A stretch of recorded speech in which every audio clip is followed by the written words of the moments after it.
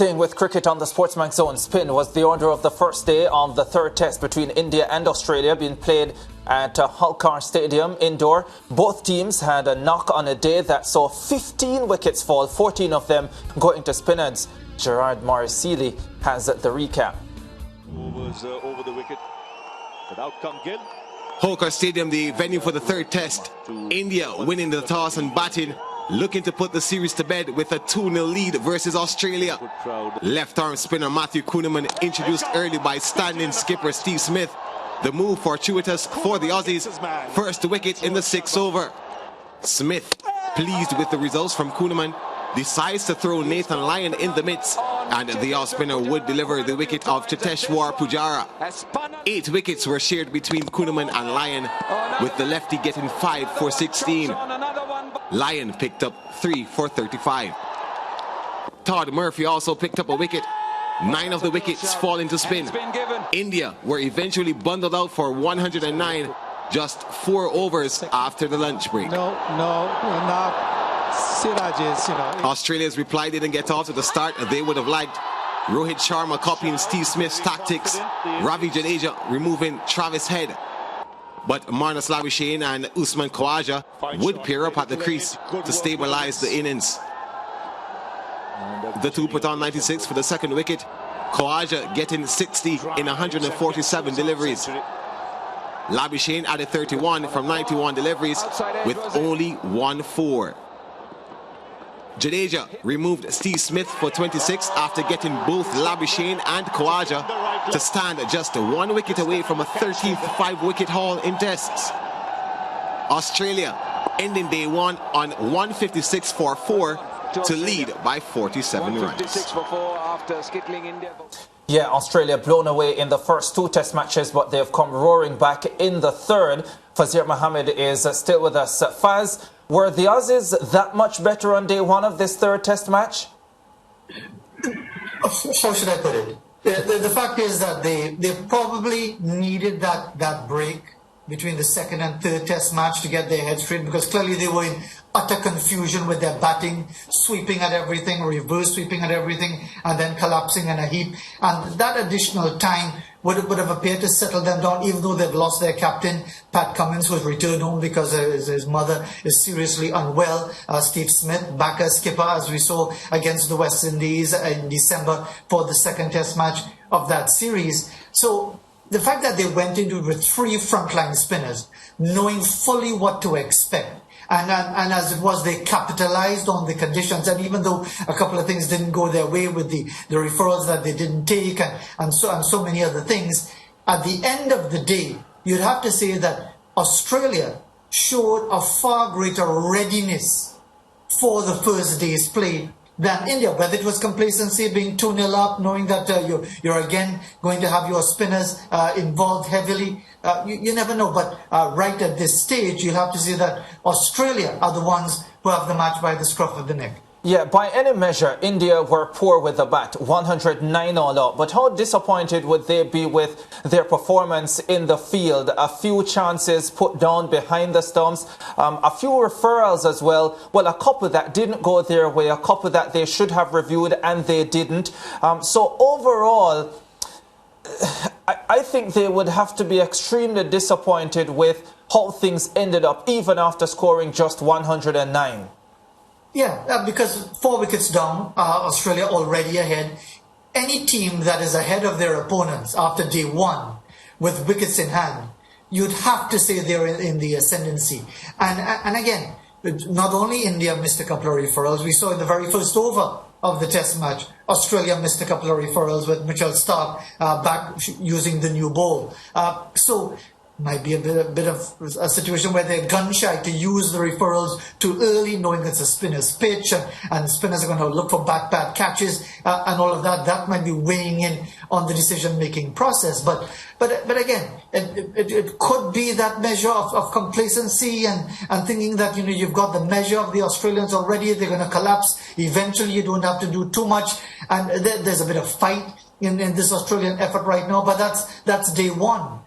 When you go into day 2 tonight, our time, and if Australia can really reinforce and build a lead way beyond 100, because at the moment, a decent lead at this stage already, a lead of over 100, 150 will really put them in absolute command. And it's really up to India to tighten up their cricket, which was very loose in the field, as you mentioned. Right, and I was listening to a couple of commentators, Faz, and many discussions around the pitch, right? People saying that the match was not supposed to take place at this particular venue. Of course, it was moved, and, you know, discussing how awful the pitch was. But still, to me, personally, I felt as if India 109 all out was not a respectable score despite the pitch. And I know they always say, you know, never judge a pitch until both teams bat and whatnot, and we're now seeing Australia, but still, I just felt it a very, very disrespectful score.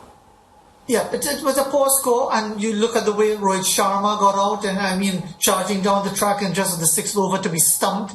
That in itself just seems to reflect a lack of focus in many ways. And that discussion, Mariah, about the pitch will go on and on and on. Yeah. When seamers get 15 wickets on the first day, it's described as a really frenetic encounter. When spinners do so, it's not considered to be the way the game should be played. I heard Matthew Hayden, the former Australian opening batsman, saying that spinners should really not be having a say this early in a test match. But again, you know, history tells you that teams will be in a horses for courses mode at home. This is what India have done for generations. It's only changed over the last 10, 15, 20 years with the arrival first of Kapil Dev in the 1970s, and then this plethora of fast bowlers that they have, to the extent that they could really intimidate other teams. But again, they are playing to their strengths by serving up these spinner surfaces, and it's really up to the opponents to deal with it in the same way that the West Indies are being faced up with seamers tracks, bouncy tracks at Centurion, and then again at the Wanderers next week. As much as people may not like it, as people will call it doctoring the pitch and so on, it's only doctored when it favors spinners. It never seems to be doctored when it favors seamers, which is another aspect of the biasness of our discussions. Right, and you know, for some time I've been looking on at India's middle order. And this time again, we noticed that the middle order failed because Chiteshwar got 1, while Virat had 22, and that's no score compared to what we've seen from Virat. Jadeja had 4, Shreyas Iyer 0. Is it time now for, you know, the India selectors to really dig deep and look into what's happening with the middle order batting? I'm sure they'll be looking at that. I don't get the sense that there's any real need to panic. But of course, you don't want to get so complacent that you think that you could prevail whatever the circumstances. There has to be a healthy competition for places. And I think this is one of the good things about Indian cricket in the modern era. Because if you really think about it, Mariah, it should never have been that a nation of 1-point-something billion people, many of whom, the majority of whom, are absolutely fanatical about the game, were a middling test-playing nation for virtually from when they started in the 1930s up until about 20 years ago. It's because they now have that sense of self-belief, that sense of almost arrogance, that sense that, look, you know, we really have the resources to dominate the world game, not just financially, which they've been doing for 30 years, but also with our cricketing resources, by harnessing our talents, our strong young men who can bowl fast, rather than just as up and down medium pacers and outstanding spinners. So it's about time that India would really show their worth with all of the resources that they have available. But as you said, you don't want to go the other way and become complacent and think that this one has a sure pick in the team that can do whatever he wants and won't get dropped, because that's a sure sign of a slide back to mediocrity. Yeah, well, day one should be a wake-up call in this third test match in Indore against Australia. Thanks very much, Faz. We'll be catching up tomorrow. Day 2 of this test match, India versus Australia, and day 3 of the West Indies-South Africa match. We'll talk. Take care. All right, so 156 for 4 is where Australia will resume on day number 2 against India. Peter Hanscom on 7 and Cameron Green on 6. We take a break. When we come back, we'll be talking NBA.